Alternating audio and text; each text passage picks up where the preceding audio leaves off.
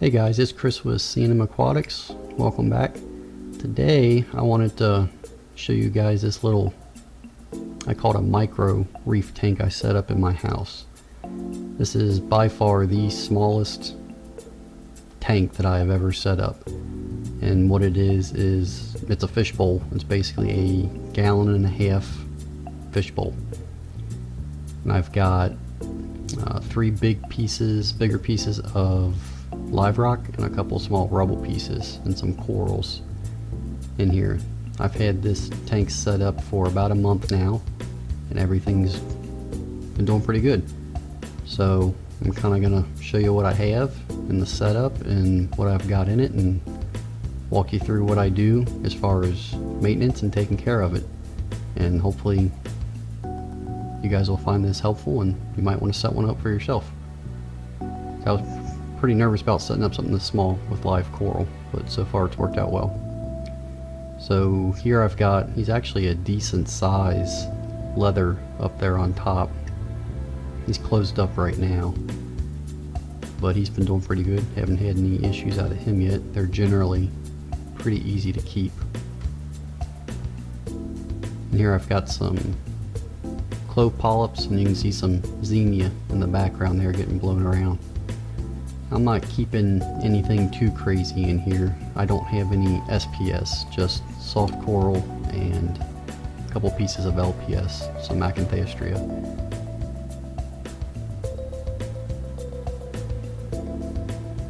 Here we go, here's an egg can sitting down here on the rock, and we got a candy cane to its right, and then a Kenya tree right below that.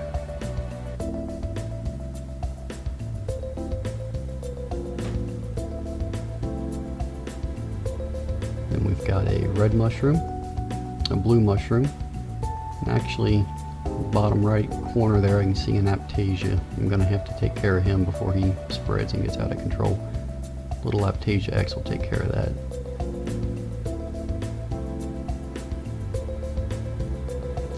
Some little zoanthids, some orange zoanthids here.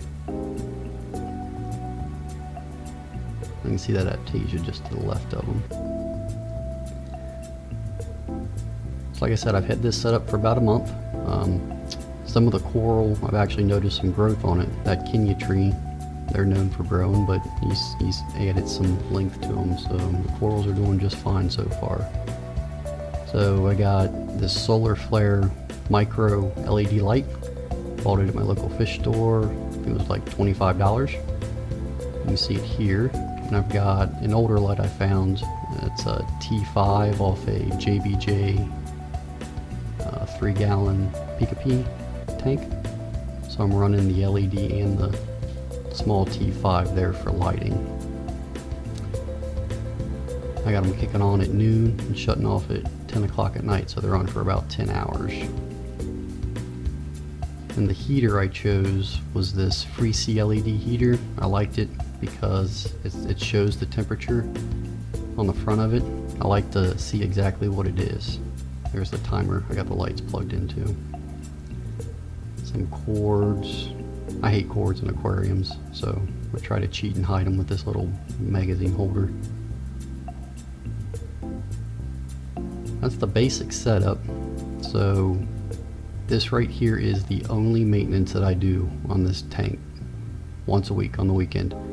I'll get in with a toothbrush and scrub some of the detritus off the glass and off the heater back there and clean it up a little bit.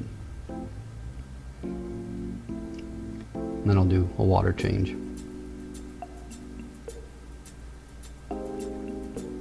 So that's it. There's no mechanical filtration, there's no protein skimmers.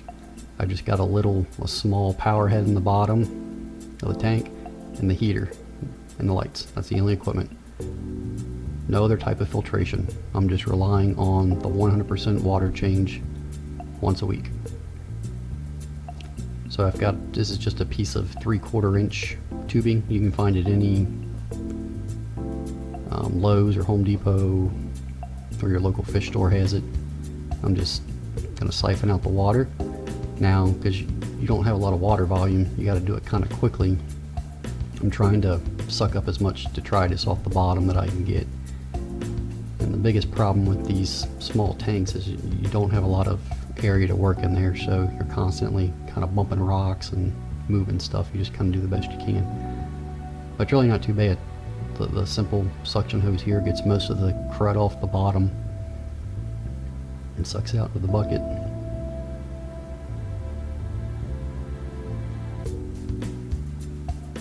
Then I'm using for my salt mix instant ocean reef crystals. I have that in all my aquariums and I've had pretty good luck with that.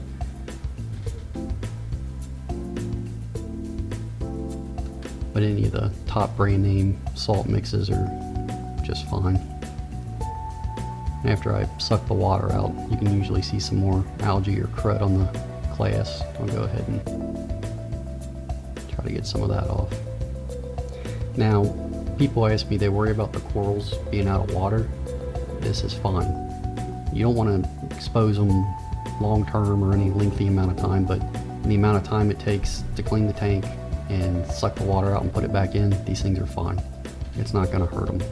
I've had no issues with this at all. And this video is in real time, the whole water change. So you're seeing it as I do it.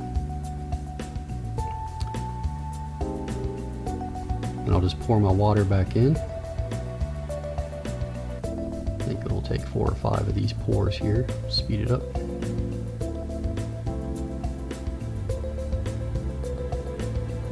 Like I said, it's about 1.5 gallons. The only other thing to keep note on that I do with this tank is I do keep a fresh jug of ROD eye water in the cabinet. So I keep the water line about 1/2 inch from the top of the aquarium.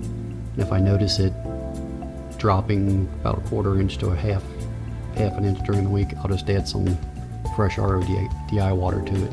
But this little thing really doesn't evaporate a whole lot of water, so it's not too big of an issue. That's it. That's all I do with this aquarium. Like I said, it's only been up for a month. I'll keep you guys posted on its success, but I have had no issues so far. So if you have any questions, leave them in the comments below or send me a direct message. I appreciate you guys watching. Thanks a lot.